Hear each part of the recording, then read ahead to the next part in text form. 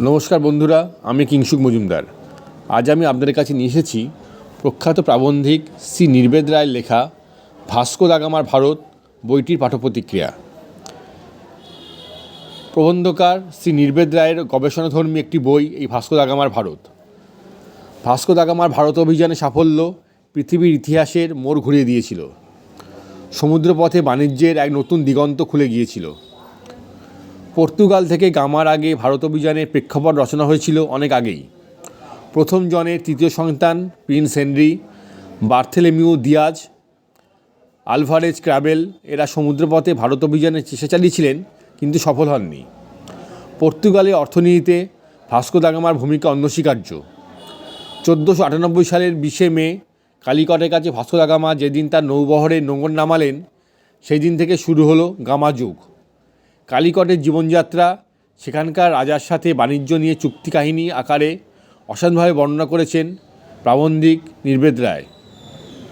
Portugal এরপর থেকে একে একে কালিকটে, গোয়ায়, হুগলিতে উপনিবেশ স্থাপন করেছে এবং জলপথে বাণিজ্য বিস্তার করেছে। ভারতবর্ষের বিভিন্ন দ্রব্য সামগ্রী জাহাজ বোঝাই করে নিয়ে গেছেন পর্তুগিজরা। এরপর ভারতে এসেছে ফরাসি, ওলন্দাজ, ইংরেজ। তাদের আধিপত্যে পর্তুগিজদের প্রভাব ধীরে ধীরে কমে আসে। তবে একথা সত্যি যে ভাস্কো দা গামার ভারত অভিযান ইতিহাসের বিপুল ঘটনার স্রোতেও একান্ত বিরল। বর্ণময় চরিত্রে ভাস্কো দা গামা মহান অভিযাত্রী আর হীন জলদস্যুদের মাঝখানে সূক্ষ্ম সুতোয় ভারসাম্য বজায় রেখে তিনি জ্যোতির্ময় করে তুলেছিলেন তার প্রেক্ষাপট। অহল্য আফ্রিকা নির্বিচারে বিক্রি হয়েছে লিসবনের কৃতদাস বাজারে।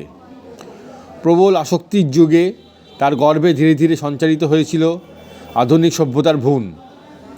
আর এই সব কিছুরই মাঝখানে প্রধান হয়ে উঠেছে ভারত পৌঁছবার সমুদ্রপথের খোঁজ। এই দুরন্ত সময়, দুর্বার অভিযান আর ঘটনাপ্রবাহের বিবরণ এই লেখায় উঠে এসেছে রুদ্ধশ্বাস উপন্যাসের ভঙ্গিতে। এই গ্রন্থের বাড়তি আকর্ষণ বহু রঙিন চিত্র। ভারতবর্ষ অভিযানের দুর্বার ঘটনা প্রবাহের রুদ্ধশ্বাস বিবরণের জন্য আপনাদের পড়তেই হবে এই বইটি। বন্ধুরা, যে পর্যন্তই। আমি আগামীকাল আসবো আবার অন্য কোনো একটি বইয়ের পাঠ্যপ্রতিক্রিয়া নিয়ে। ভালো থাকবেন সবাই। নমস্কার।